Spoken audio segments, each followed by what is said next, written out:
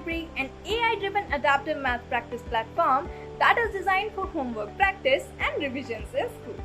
Today, I'll be telling you 5 principles that you should follow while teaching mathematics, but before that, let me tell you a story. So, a friend of mine recently told me that he doesn't like maths. And this is hard for people like me to hear because I actually love maths.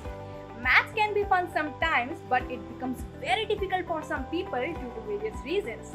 We ideally expect maths class to be crammed with formulas, identities, and some mathematical reasonings. And we are not surprised when students leave school disliking maths. Did you know that if you insert a single statistic into any statement, people are 92% more likely to accept it without any question? So when you are not comfortable in maths, you don't question the authority of the numbers. So if you are a teacher or a parent or anyone in the education field, I offer these 5 principles to invite interest into mathematics we do at home or at school. So principle number 1 starts with a question. So an ordinary maths class always begins with an answer and never arrives at a real question. Here are steps to multiply, here are steps to divide, we have covered the material, we have covered the syllabus, we are moving on, things like that. What matter here is memorizing the steps and covering the syllabus. There is no room for any doubt or imagination or any debate. So there is no real thinking here. What would it look like if we start with a question? For example, here are numbers from 1 to 20. Now, there is a question behind this picture. What's going on with the color? If there is any connection between the numbers, the colors? And of course, I'm not going to tell you what it is because I know if I rush to the answer, I would have taken your opportunity to learn. So thinking happens only when we have time to struggle. And this is principle number 2, that you need to give time for struggle. So only way to teach is to give student time to think and grapple with the real problems. What if a student comes to you with an original thought? What if you don't know the answer? Well, that is principle number 3. You are not the answer key.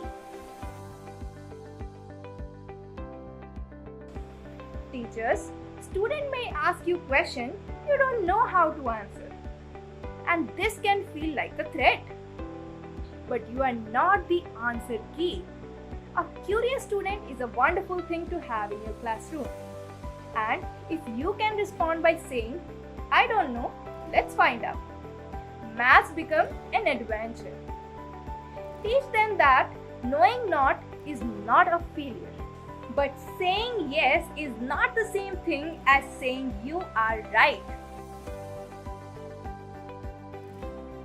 How do you actually know that 2 plus 2 doesn't equals to 12? What would happen if we say yes to that idea? Let's find out.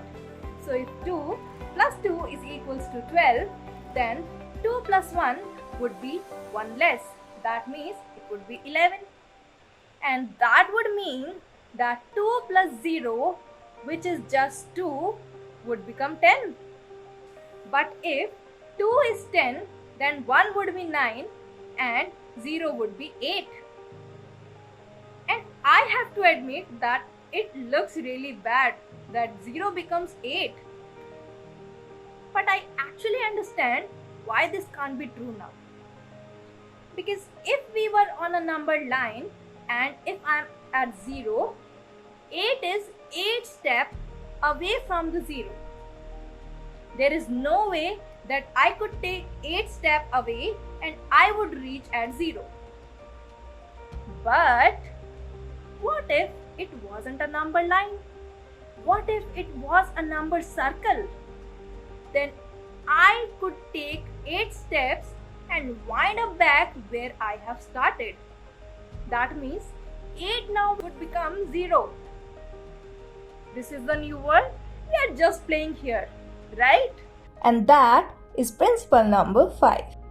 So mathematics is not about just following rules. It's about playing and exploring and fighting and looking for the clues and sometimes breaking things. Einstein called play the highest form of research, and the maths teacher who let the student play with the maths give them the gift of ownership.